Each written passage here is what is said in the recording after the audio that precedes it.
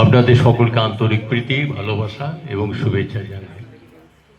আমার সম্বন্ধে এই যে বড় বড় কথাগুলো বলা হলো, এগুলো হচ্ছে মেয়েদের গালা ভরা বালার মতো, মানে বালা চেয়ে গালার ওজন বেশি। আর হবেই তো, যে দোকানে সুনাম থাকে না তার সাইনবোর্ডটা একটু বড় এবং জমকালো করতেই হয়। কথায় বলে, যে মাঠে গরু চড়ে সে মাঠের ঘাস নাকি তাড়াতাড়ি বাড়ে। আর আমি বলি, যে স্থানের মঞ্চে শিল্পীরা চড়ে সে স্থানে সংস্কৃতি তাড়াতাড়ি বাড়ে। আপনারা এই সাংস্কৃতিক চেতনা বাড়ানোর দায়িত্ব নেওয়ায় আমি সত্যিই খুশি।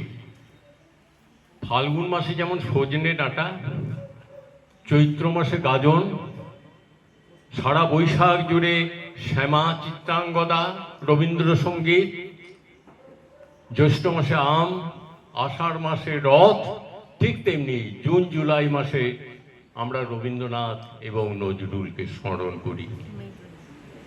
মানুষ বাঘ ও সিংহের মতো দাঁত ও নখ পায়নি, ঈগলের মতো দৃষ্টি পায়নি, হরিণের মতো গতি পায়নি, গন্ডারের মতো চামড়া পায়নি, কেউটে সাপের মতো বিষ পায়নি, শগুনের মতো ডানা পায়নি। তাহলে পেয়েছে কি? পেয়েছি সৌন্দর্য, ছন্দ, চেতন, অধিচেতন, এই সমস্ত নিয়ে মানুষ।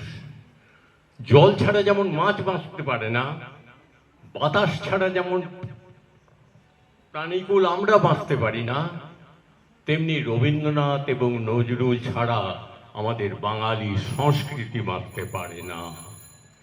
আমাদের জীবনে, মরণে, শয়নে, স্বপনে, হীরাতে পান্নায়, হাসিতে কান্নায় রবীন্দ্রনাথ এবং নজরুল।